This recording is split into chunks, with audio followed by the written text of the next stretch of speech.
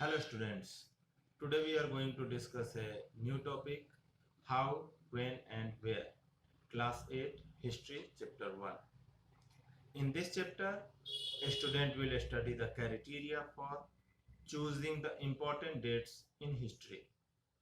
They will also learn how the history of India was periodized. Further, they will learn about the different sources of information available to historians, explain the history of modern India. After studying this chapter, students should be able to explain the criteria for choosing important dates in history. They should also be able to describe how Indian history was periodized by James Mill and Indian historians. Further, they should be able to describe the different sources of information available to historians to study the history of modern India. First of all, we need to know what is history. History is the study of past events and it is much more than the memorizing dates. Then history is about change that occur over time, finding how things were in the past and how things have changed. There was a time when historians were fascinated with dates. There was heated debates about the dates on which rulers were crowned or battles were fought. Living in the world, we do not always ask historical questions about what we see around us. We take things for granted as if what we see has always been in the world we inhabit. But most of us have our moments of wonder when we are curious and we ask questions that actually are historical. Watching someone sip a cup of tea at a roadside tea stall, you may wonder, when did people begin to drink tea or coffee?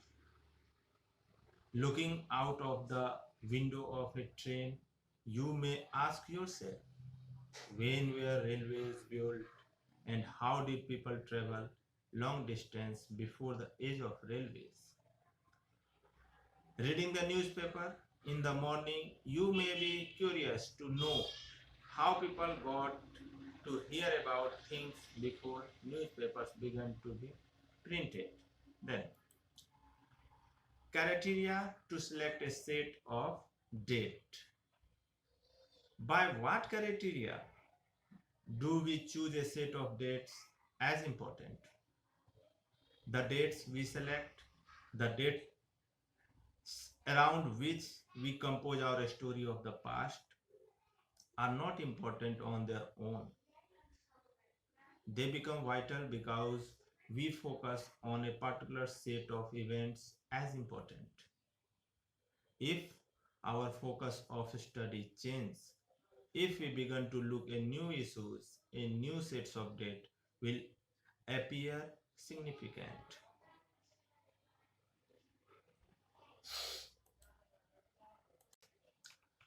When we write history for a story, we divide it into chapters. Why do we do this? It is to tell a story in a way that makes some sense and can be followed. In the process, we focus only on those events that help us to give shape to the story we are telling. In the histories that revolve around the life of British Governor Generals, the activity of Indians simply do not fit. They have no space. What then do we do? Clearly, we need another format for our history. This would meant that the old dates will no longer have the significance they earlier had. A new set of dates will become more important for us to know.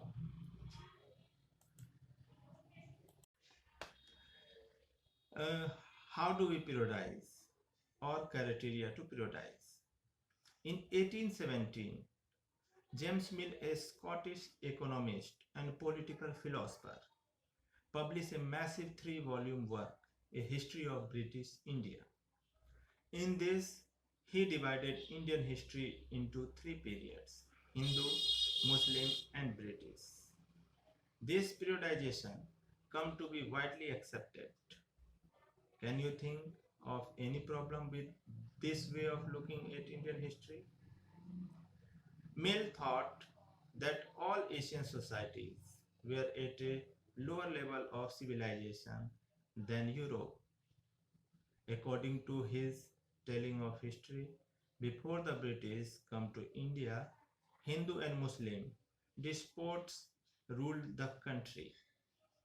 Religious intolerance, caste taboos, and superstitious practices dominated social life. British rule, Mill felt, could civilize India. To do this, it was necessary to introduce European manners, arts, institutions, and laws in India. Uh, Moving away from British classification, historians have usually divided Indian history into ancient, medieval, and modern. This division too has its problems. It is a periodization that is borrowed from the West, where the modern period was associated with the growth of all the force of modernity: science, reason, democracy, liberty, and equality. Medieval way was a term used to describe a society where these features of modern society did not exist. Can we uncertainly accept this characteristic of the modern period to describe the period of our study? As you will see in this book, this lesson, under British rule, people did not have equality, freedom of liberty, nor by the period one of economic growth and progress. Sources of writing history. Sources that historians use in writing about last 250 years on Indian history includes official records on the British administration. For British, the act of writing was crucial. So every plan, policy, agreement was in written. This led to administrative culture of memos, noting, and reports. British also kept all the documents preserved in the record room, which was attached to all administrative institutions. Moreover, these documents were written by calligraphists who specialized in the art of beautiful writing. Then, conducting surveys. Conducting surveys was common under colonial administration. The British believed that a country had to be properly known before it could be effectively administered. By the early 19th century, detailed surveys were being carried out to map the entire country. For example, forest survey, geological survey, botanical survey, census.